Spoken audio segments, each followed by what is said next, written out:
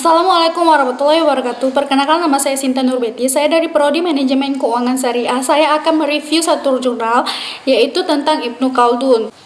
Dorongan Al-Quran agar manusia mencari kebahagiaan di dunia selain kebahagiaan di akhirat, sebagaimana yang termuat di dalam surah Al-Qasyah ayat 77 adalah salah satu contoh dari lintas sejarah umat Islam. Didapati banyak sekali tokoh yang membincangkan persoalan ekonomi yang secara sosiologis membangun teori-teori atau konsep ekonomi seperti Abu Yusuf, Yahya bin Adam, dan Al-Ghazali. Namun demikian, agar lebih dalam memotret sejarah sosial terbentuknya teori ekonomi tersebut, artikel ini akan membidik salah satu di antara para pemikiran muslim yang telah disebutkan, yaitu Ibnu Khaldun. Ya, hal ini akan diimbangi dengan kausa-kausa Ibnu Khaldun yang momental yang dipadukan dengan sejarah sosial kehidupan yang ia alami.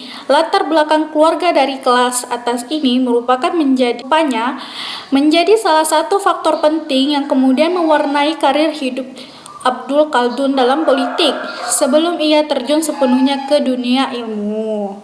Perjalanan studi dan karya-karya Ibnu Khaldun dibesarkan dalam keluarga ulama dan termuka. Ibnu Khaldun menulis banyak buku, antara lain Syarh Al-Burdah, sejumlah ringkasan atas buku-buku karya Ibnu Rushd. Khaldun melalui buku ini benar-benar menunjukkan penguasaannya atas sejarah dan berbagai bidang ilmu pengetahuan.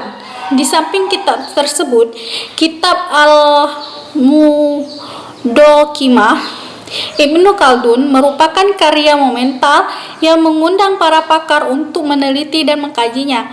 Namun sebagai bagian dari keluarga elit, Ibnu Khaldun telah aktif dalam kegiatan intelektual di kota kelahirannya. Ayahnya pernah menjabat Menteri Keuangan Tunisia, sementara ayahnya sendiri adalah seorang administrator dan perwira militer. Meskipun kemudian pengunduran diri agak dapat memusatkan perhatian kepada dunia ilmu, hukum, teologi, dan sastra, sampai ia wafat karena penyakit menular yang terkenal dengan sebutan The Black Death tahun 1349. Pada saat itu Ibnu Khaldun berusia 17 tahun. Dinasti-dinasti kecil yang saling bersaingan itu adalah Banu Hafsiyah di Tusnia, Al-Marini di Maroko, dan Al-Mahdi di Bijaya. Situasi dengan baik digambarkan oleh Al-Fuqari. Ini adalah abad tentang intrik politik, tentang suksesi kekuasaan yang cepat dan keras antara negara-negara muslim yang keadaan umumnya adalah kejatuhan dan kehancuran. Akhirnya ia berangkat ke Spanyol dan sampai di Geraha pada 26 Desember 1362. Sebagai sekretaris Sultan Abu Salim, Ibnu Khaldun diterima dengan penghormatan di Istana Raja Muhammad ke-5 di Granada. Sebagai seorang yang sudah kenyang hidup dalam suatu lintik dan kecemburuan politik, Ibnu Khaldun cukup dasar untuk tidak terlibat dalam konflik terbuka dengan Al-Khatib. Penolakan di atas tampaknya karena Ibnu Khaldun sudah jenuh dan lelah terlibat dalam politik yang tidak pernah stabil dan tenang itu. Dalam autobiografinya yang dikutip Tobi, Ibnu Khaldun menulis, "Kemudian saya mengkukuh diri saya bersama keluarga di Kait Ibnu Salamah, sebuah istana yang terletak di negeri Banu Tajih yang diperoleh dari sultan untuk suku Dawawiyah dalam bentuk hal-feudal. Dalam pengunduran diri inilah saya merampungkan Al-Muqaddimah, sebuah karya yang seluruh orisinal dalam perencanaannya dan yang saya ramu dari hasil penelitian luas yang terbaik. Selama menetapkan yang mencukup lama di istana ini, saya melupakan kerajaan." Peristiwa penting lainnya yang dialami Ibnu Khaldun selama di Mesir, dan ia merupakan peristiwa sangat histori baginya, ialah pertemuan dengan Timur. Lalu juga layak mendapatkan penghargaan atas formula dan ekspresinya yang lebih jelas dan elegan dari hasil karya pendahuluan atau hasil karya ilmuwan yang sejaman dengannya.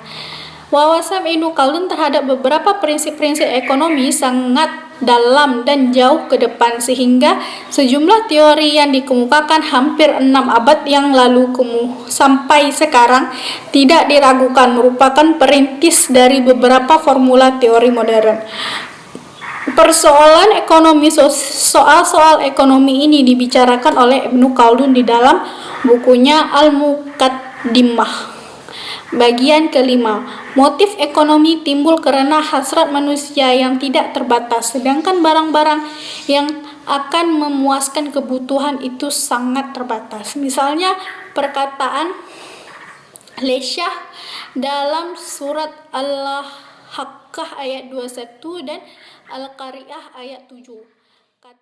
Dalam surah Al-Rum ayat 41, Allah menegaskan bahwa dunia dipenuhi oleh kebinasaan dan kehancuran di darat dan di laut karena perbuatan dan persaingan ekonomi antara manusia. Jika terjadi alat perhubungan dengan yang lainnya pada beberapa waktu, maka tujuan yang utama tetap untuk memiliki kedua benda itu di dalam peredaran harga-harga pasar karena keduanya terjauh dari pasar itu.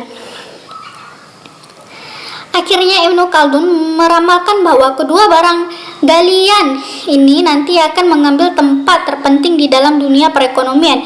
Ialah melayani 3 kepentingan, yaitu pertama, menjadi alat penukar dan pengukur harga sebagai nilai usaha. Kedua, menjadi alat perhubungan seperti devise, dan ketiga menjadi alat simpanan di dalam bank-bank. Sebagai contoh real adalah seperti apa yang pernah dikatakan oleh Robert J. Rothke pada bank deposit yang pertama ada di kota Italia yang dimulai pada permulaan zaman Renaissance pada abad ke-15. Apabila kita terjemahkan dalam kehidupan modern saat ini, maka usaha publik ini identik dengan perusahaan-perusahaan yang bergerak dalam berbagai bidang, yang melibatkan banyak orang, tenaga, dan juga melibatkan banyak tenaga ahli. Ekonomi di zaman kita sekarang jauh lebih luas dari apa yang diuraikan oleh Ibnu Khaldun pada 6 abad yang lampau. Ada cukup alasan bagi kita untuk berkata bahwa pandangan Ibnu Khaldun mempunyai pengaruh yang besar atas perkembangan teori-teori ekonomi pada zamannya. Yang pertama, zaman Renaissance di Eropa. Tetapi sebagai pecinta buku karangan Ibnu Khaldun, tidak pula sedikit pengaruh uraian filosofi Islam ini tergambar di dalam teori-teori yang mereka tinggalkan. Dari Ibnu Khaldun itu menjadi lampu di tengah-tengah kegelapan atau ibarat bintang di dalam cakrawala yang telah memberi pedoman bagi teori ekonomi Eropa khususnya dan teori-teori internasional pada umumnya. Dari review sebagai bagian akhir dari review jurnal ini adalah sebuah ilustrasi yang memungkinkan dapat dikemukakan bagaimana Ibnu Khaldun mampu membuka wacana ilmiah yang cerdas meskipun kehidupan penuh dengan gejolak politik dan teror kekuasaan. Dan dari saya, Assalamualaikum warahmatullahi wabarakatuh.